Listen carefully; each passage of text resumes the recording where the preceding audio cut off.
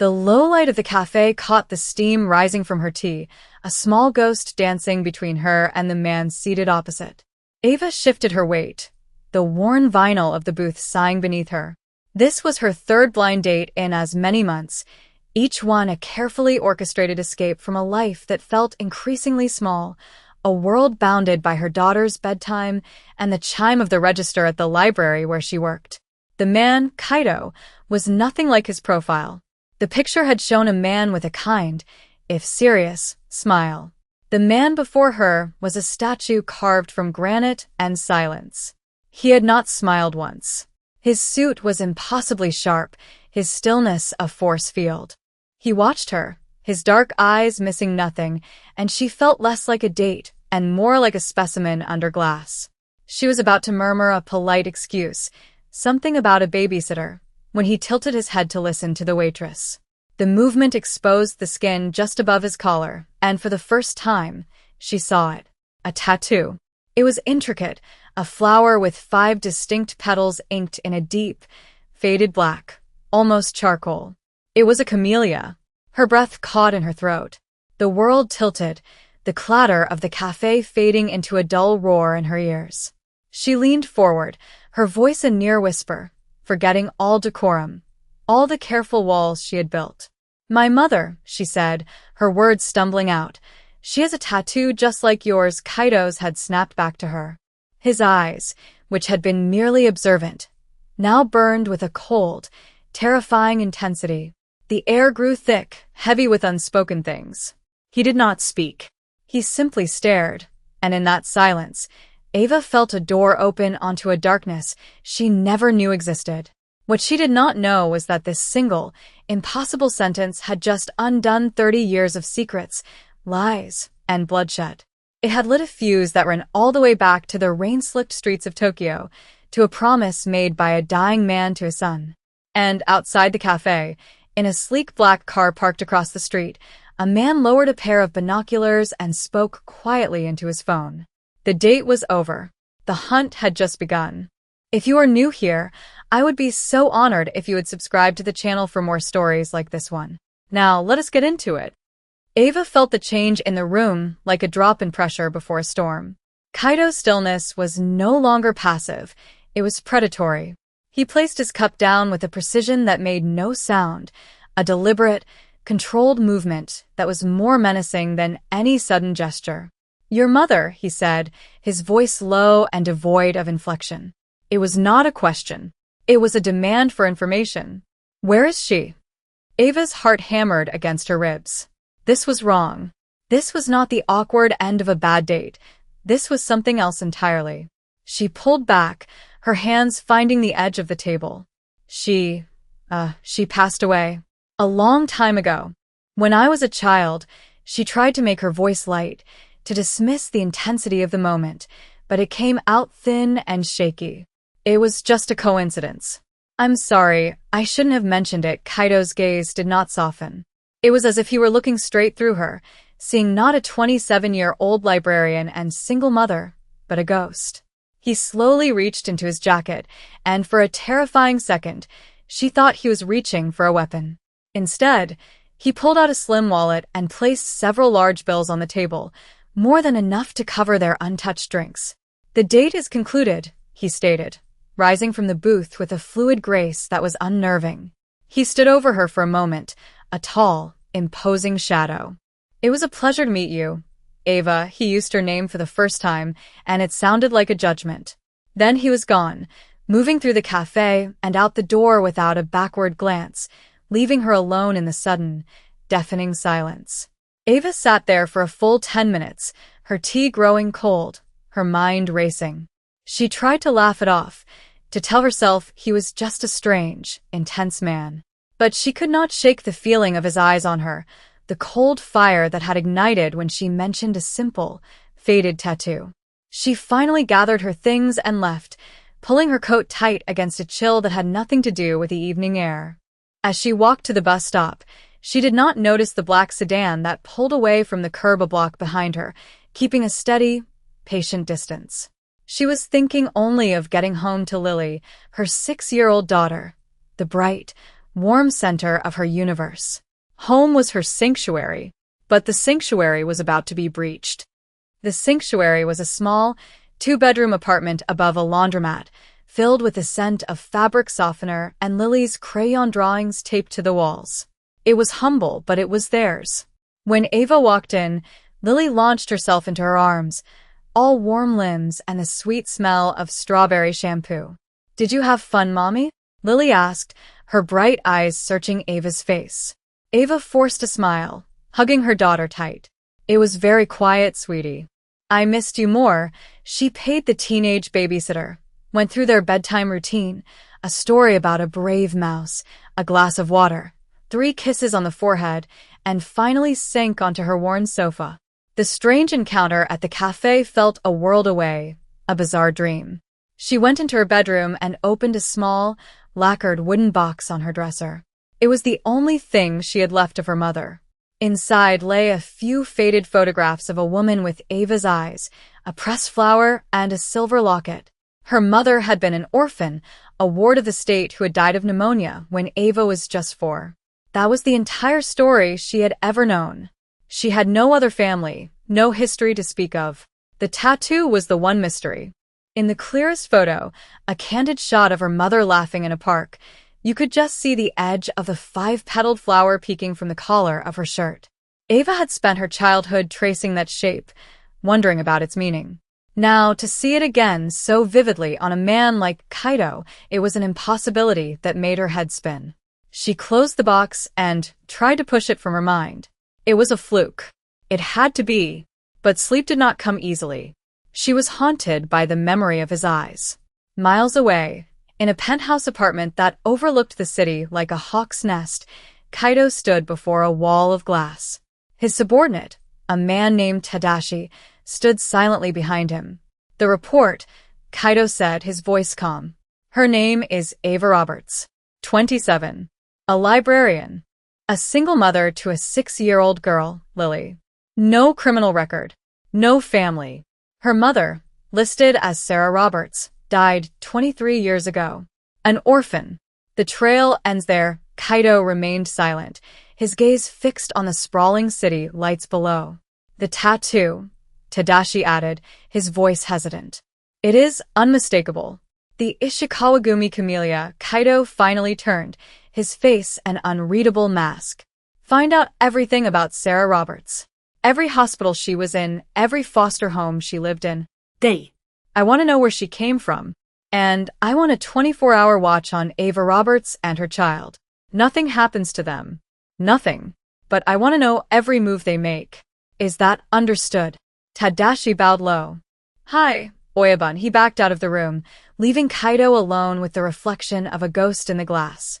The coincidence was too great, the implications too vast.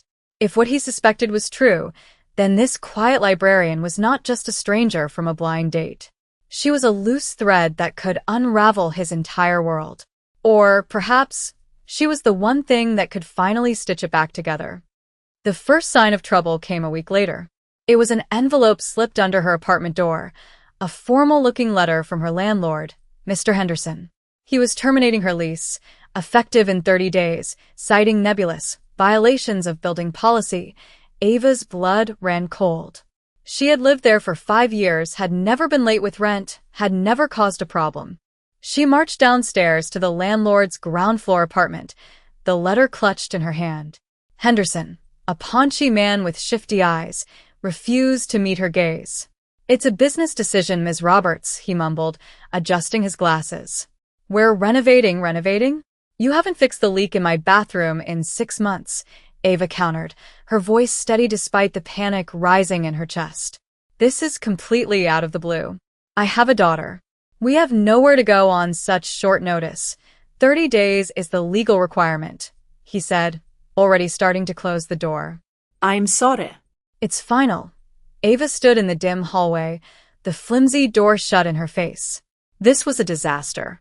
Her savings were meager, and the rental market was brutal. The thought of uprooting Lily, of the instability and fear, made her feel sick. She didn't understand. It made no sense. Across the street, from the passenger seat of the black sedan, A man took a photograph of the closed door and sent it with a simple text, "The landlord has made contact." The reply was instantaneous. Observe her reaction. Report any signs of distress. The man watched as Ava slumped against the wall for a moment, her shoulders heavy.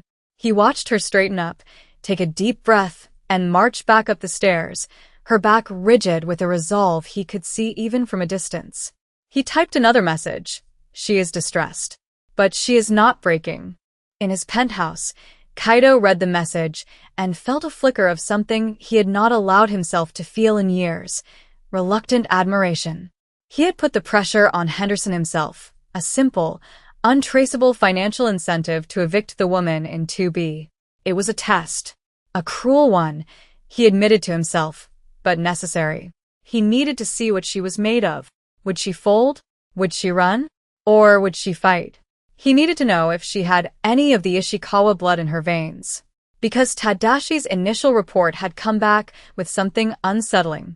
The orphanage where Sarah Roberts had supposedly grown up had no record of her. The hospital where she was said to have died had no record of her death. It was as if she had been a ghost long before she was in the ground. Someone had gone to great lengths to create a false identity, and someone else more recently had gone to great lengths to scrub even that away. The only solid thing they had was the tattoo, the symbol of his family. A symbol that was only ever given to those in the direct bloodline. A symbol his own sister, Hiromi, had borne on the same spot on her neck before she had vanished from his life forever, 30 years ago. Ava refused to be broken. She spent the next 2 days poring over tenant rights laws at the library during her lunch breaks. She wrote a formal letter to Henderson, citing the specific statutes his eviction notice violated. She would not be bullied out of her home. But the pressure mounted. The leak in her bathroom suddenly became a flood. The heating in her apartment went out on the coldest night of the month. Henderson claimed ignorance, promising to send a repairman who never arrived. It was a war of attrition, and Ava was exhausted, her nerves frayed. She tried to shield Lily from it, plastering on a bright smile and reading bedtime stories with a voice that didn't betray the knot of fear in her stomach. The men in the black sedan documented every incident, every sign of Ava's quiet, stubborn defiance. Their reports to Kaido were concise and factual, but a narrative was beginning to form. One of a woman who, when cornered, did not lash out or crumble, but grew still, focused and unyielding. One evening, as Ava was carrying a bag of groceries up the stairs, Henderson was waiting for her in the hallway. He had 2 large, brutish men with him, men who did not look like they were there to discuss plumbing. "Ms. Roberts," Henderson said, his voice slick with false confidence. "We need to talk about your departure." Ava clutched her grocery bag, her knuckles white.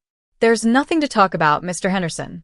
Your notice is illegal, and you know it." One of the men took a step forward, looming over her. "The boss says you're leaving," the man growled. "Maybe you didn't understand him." Ava's heart pounded, but she held her ground, her eyes flashing. She thought of Lily, safe inside with the television on, and a protective fire ignited within her. "And I'm telling you," she said, her voice low and clear, "that I am not at that exact moment." The main door to the building opened. Kaido stepped inside. He was not dressed in the sharp suit from their date, but in a simple dark jacket and trousers. He looked calm, almost casual, but his presence sucked all the air out of the hallway. The 2 thugs froze. Henderson's face went pale. They recognized him, or, at least, they recognized the kind of power he represented. He moved without a sound, stopping beside Ava. He didn't look at Henderson or his men. His eyes were fixed only on her. "Is there a problem here?" he asked, his voice quiet but carrying the weight of a death sentence. Henderson began to stammer, a sheen of sweat on his forehead. "And no, sir. No problem. Just a misunderstanding with a tenant." Kaido's gaze flickered to the men, a brief, dismissive glance that made them shrink back. "Leave," he said. It was not a request. The 2 men practically stumbled over each other in their haste to get out the door. Henderson was left trembling, trapped between a woman he had terrorized and a man who could erase him. Kaido turned his full attention to the terrified landlord. He took a slow, deliberate step forward, and Henderson flinched, as if he'd been struck. "You have been harassing this woman," Kaito said, his voice a blade of ice. "You have tried to force her from her home. You have brought thugs to intimidate her in front of her child's door." Henderson was shaking his head, sputtering denials. "It wasn't. I was told to." "I do not care what you were told," Kaito interrupted, his voice dropping even lower. "You will fix her heat. You will fix her plumbing. You will draw up a new 5-year lease at her current rent. And you will never, ever speak to her again unless she speaks to you first. If she so much as gets a draft from a window you failed to seal, I will hold you personally responsible." He paused, letting the silence stretch. "And all evidence of this conversation will disappear. We have never met. You simply had a change of heart. Is that clear?" Henderson nodded frantically, unable to form words. "Good," Kaito said. He then turned his back on the landlord, a complete dismissal, and faced Ava. The raw menace vanished from his expression, replaced by something unreadable, something almost gentle. "May I come in?" he asked. Ava was still reeling, the grocery bag heavy in her hand. She stared at him, at the man who had orchestrated this nightmare and then ended it in the span of 30 seconds. She should have been terrified of him. A part of her was. But another part, the part that had felt so alone and helpless moments before, felt a strange, profound sense of relief. She looked at his dark, steady eyes and saw not a monster, but a shield. She gave a small, jerky nod and pushed her apartment door open. The apartment was filled with the warm, yellow light from her living room lamp and the faint sound of cartoons from the television. It was her world, her safe space, and she had just invited in the most dangerous man she had ever met. He stepped inside, his presence seeming to fill the small room. Lily, hearing the new voice, poked her head around the corner. She saw the tall, serious man, and her eyes went wide. She clutched the stuffed bunny she always carried. Kaito's gaze fell on the little girl, and for the first time, the granite facade of his expression softened, cracking just enough to show something human beneath. He gave a slight, almost imperceptible bow of his head in her direction. "Hello," he said, his voice softer than Ava had ever heard it. Lily, instead of being scared, simply tilted her head. "You're the man from the picture Mommy drew," she said with the simple logic of a child. Ava's face flushed. She had been sketching idly one night, trying to capture the intricate flower tattoo from memory. Lily must have seen it. Kaito looked at Ava, a question in his eyes. "You drew my tattoo?" I was just trying to remember it," she stammered. "My mother's was so faded. I wanted to see it clearly." He held her gaze, and the space between them was charged with the unspoken truth they were circling. "Tell me about your mother," he said, not as a demand this time, but as a plea. And so, in the quiet of her living room, with her daughter watching curiously, Ava began to tell him the short, sad story of the woman she barely knew. Ava spoke, and Kaito listened with an unnerving stillness. She told him what little she knew, that her mother, Sarah, was kind and quiet, with a laugh that sounded like wind chimes. That she worked 2 jobs and was always tired, but always had time for a bedtime story. That she was fiercely protective. "She always told me we were a team," Ava murmured, her gaze distant. "Just the 2 of us against the world." She explained how her mother had gotten sick suddenly, a fever that turned into pneumonia, and how she had died in a county hospital, leaving Ava an orphan at 4 years old.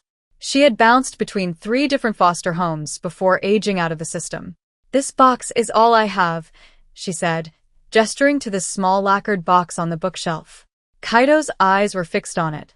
"May I?" he asked. Ava nodded. He walked over to the shelf and picked it up with a reverence that surprised her. He opened it carefully. He looked at the faded photographs of the young woman with his sister's eyes, and his controlled composure finally fractured. A deep, profound sorrow washed over his features, a grief so old and heavy it seemed to bend the light in the room. He gently picked up the silver locket. With a thumbnail, he found the catch and opened it. Inside, on one side, was a tiny, professionally cut photo of a baby, Ava. On the other side, tucked behind a plastic film, was not another photo, but a tiny, folded piece of paper. His fingers, which Ava had seen as instruments of pure intimidation, were now impossibly gentle as he worked the paper free. He unfolded it. It was covered in Japanese characters, written in a familiar, elegant hand. His breath hitched. He read the words his sister had written to her infant daughter, a message she could not yet understand, a truth hidden in plain sight. To my little camellia, it began. My name is Hiromi. Your name is Hannah. Remember the flower. It is who you are. It will lead you home. He looked up at Ava, his eyes shining with an emotion so raw it made her ache. Her name was not Sarah, he said, his voice thick. Her name was Hiromi. She was my older sister. The words hung in the air, impossible and yet, somehow, deeply true. Ava sank onto the sofa, her legs unable to hold her. My sister. The phrase echoed in the silent apartment, rearranging the entire history of her life. She was not an orphan without a past. She was not alone. She had a family. And he was sitting in her living room.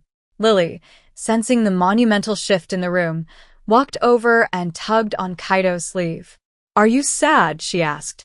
Kaido looked down at the small girl, at the face that held echoes of his own, and a single tear traced a path down his stoic face. He knelt down, so he was on her level. I am, he said softly, but I am also very, very happy. I have been looking for your mommy for a very long time. The story Kaido told was one of a world Ava could barely comprehend, a world of honor, clan warfare, and terrible sacrifice. He spoke of the Ishikawa-gumi, a powerful Yakuza family in Tokyo. He and his sister, Hiromi, were the children of the clan leader. 30 years ago, a rival family, the Kudokai, had staged a brutal coup. Their parents were killed in the first attack. Kaido, then a young man, had fought his way out, but Hiromi had been targeted. Our father's final order to me was to get her to safety, Kaido said, his voice heavy with memory. She was not a fighter. She was gentle. She loved art, music, flowers. She was the heart of our family. He had entrusted her to a loyal retainer who smuggled her out of Japan and to America, to a family that had sworn an oath of loyalty to the Ishikawa clan. They were to give her a new identity and protect her until Kaido could crush the Kudokai and reclaim his position. But the American family had betrayed them. Terrified of Kudokai retribution, they took the money Kaido had sent and abandoned his sister, leaving her alone in a foreign country with a false name and no resources. I spent 5 years destroying the Kudokai, Kaido said, his voice flat and cold. I tore them down piece by piece. When it was over, I was in control. I went to find the American family. They were gone. And the trail to my sister had gone cold. I have had my best people searching for her for 25 years. He looked at Ava, his expression filled with a quarter-century of grief and regret. The tattoo. It is the mon, the crest of our family. A 5-petaled camellia. It is only given to those of the direct bloodline. When you told me your mother had one, I knew, but I had to be certain. He explained the pressure on her landlord, the surveillance. I apologize for the fear I caused you, he said, and the sincerity in his voice was absolute. It was a cruel way to test you. I needed to see if you had her spirit, her strength. You do. Ava listened, her mind struggling to absorb it all. Her quiet, gentle mother was the daughter of a Yakuza boss. Her entire life had been a lie designed to protect her. She thought of her mother, alone and scared, raising a child in a strange country, clinging to the only piece of her identity she could, a tattoo and a hidden note in a locket. She was not just Sarah Roberts, tired waitress.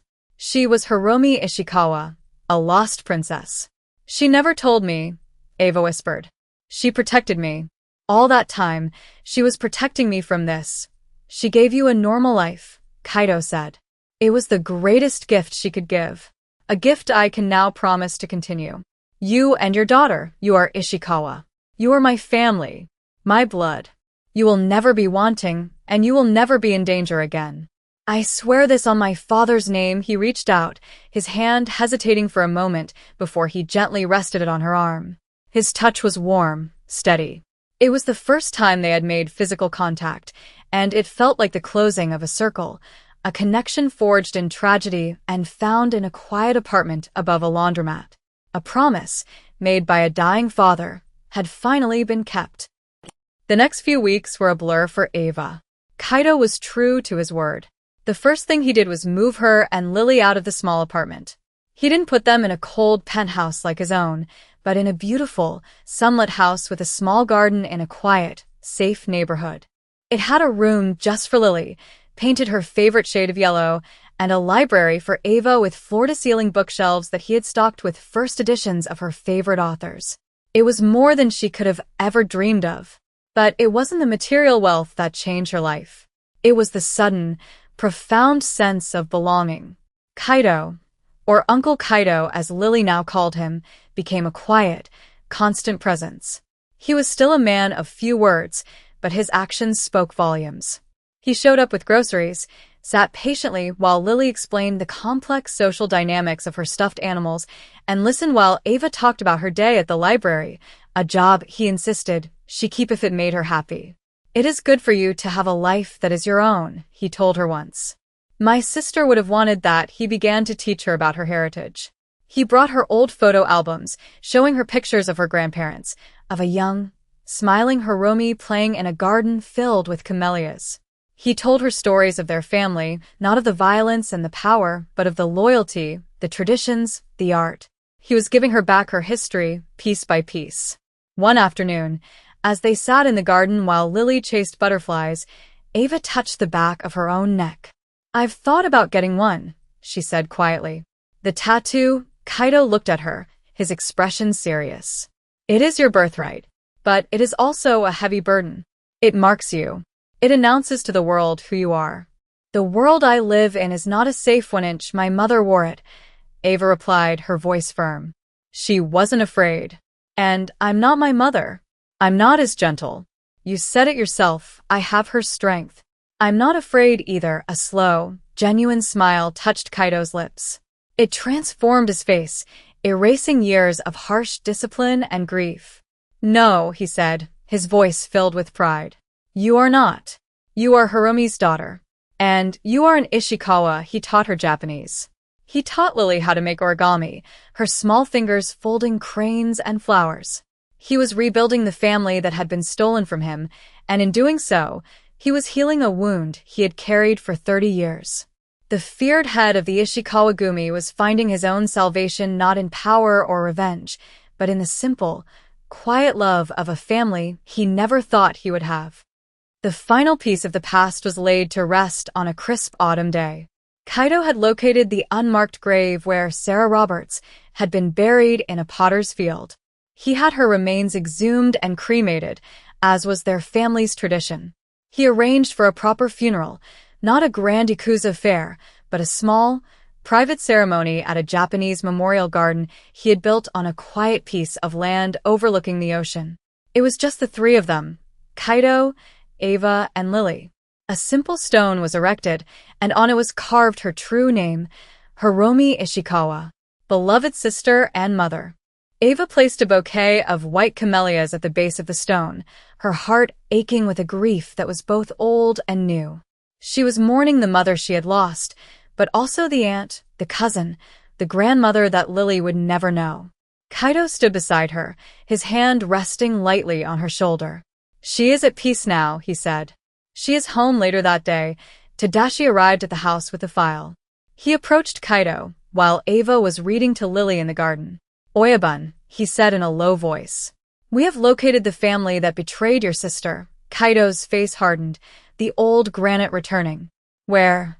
San Diego.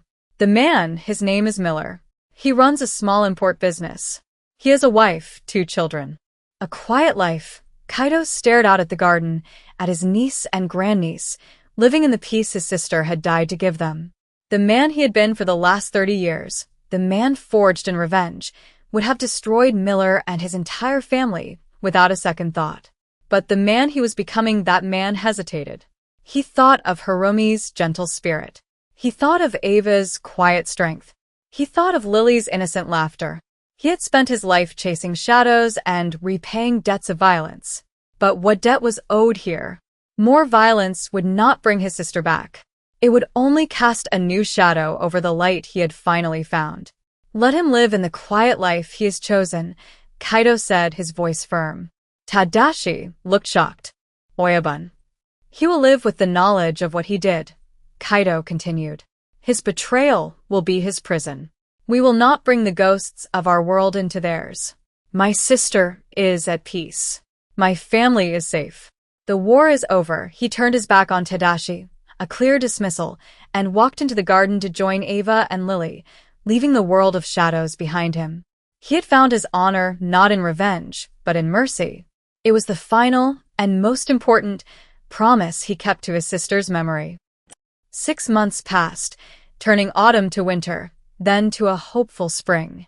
The garden at the house bloomed, filled with the vibrant colors of new life. Ava's life had settled into a new, beautiful rhythm. She still worked at the library, finding comfort in the quiet order of the books, but her life was no longer small. It was full. It was full of family. Kaido had become the cornerstone of their world. He was no longer just a fearsome Yakuza boss or a long-lost uncle. He was the one who helped Lily with her homework, the one who listened patiently to Ava's worries, the one who brought a quiet, unshakable stability to their lives. He was simply home. One sunny Saturday afternoon, Ava sat on a bench in the garden, watching Kaido and Lily. He was patiently teaching her the Japanese art of kintsugi, repairing a small broken ceramic bowl with gold lacquer. The breaks are part of its history, he was explaining to her, his voice soft. By highlighting them, we make it more beautiful. Not less. Lily was concentrating fiercely, her small tongue sticking out as she carefully applied the golden adhesive. Ava smiled. It was a perfect metaphor for their family, broken apart by tragedy, and now, being carefully, lovingly pieced back together with something precious and strong. Later that evening, after Lily was asleep, Ava found Kaido standing on the patio, looking up at the stars. She came and stood beside him. "Thank you," she said softly. He turned to her, a question in his eyes. "For what?" "For everything," she said, her voice thick with emotion. "For finding us. For giving us a life I never knew was possible. For making us whole." He looked at her, at the woman who was so much like his sister, and yet so uniquely herself. He saw the strength, the kindness, the quiet resilience that had carried her through a life of loneliness. He had come looking for a ghost, a debt to be paid. Instead, he had found a future. "You are the ones who made me whole," he said, and the truth of it resonated in the quiet night air. He reached up and touched the camellia on his neck. For so long, it had been a symbol of his burden, of his loss, of a promise he feared he could never keep. Now, when he looked at Ava, he saw its true meaning. It was not about power or violence. It was about blood. It was about family. It was about a love so strong it could cross oceans and decades to bring its own home. The story had started with a single, impossible sentence in a cafe, a spark in the darkness. And it had ended here, in a quiet garden under the stars, with a family reborn from the ashes of the past, their broken pieces mended with gold. What started with a shocking revelation ended in a quiet, profound peace. What do you think is the strongest bond? The one we are born with or the one we choose to build? Let me know your thoughts in the comments. I read every single one. If you enjoyed the story, please give it a like and subscribe for more. I will see you in the next one.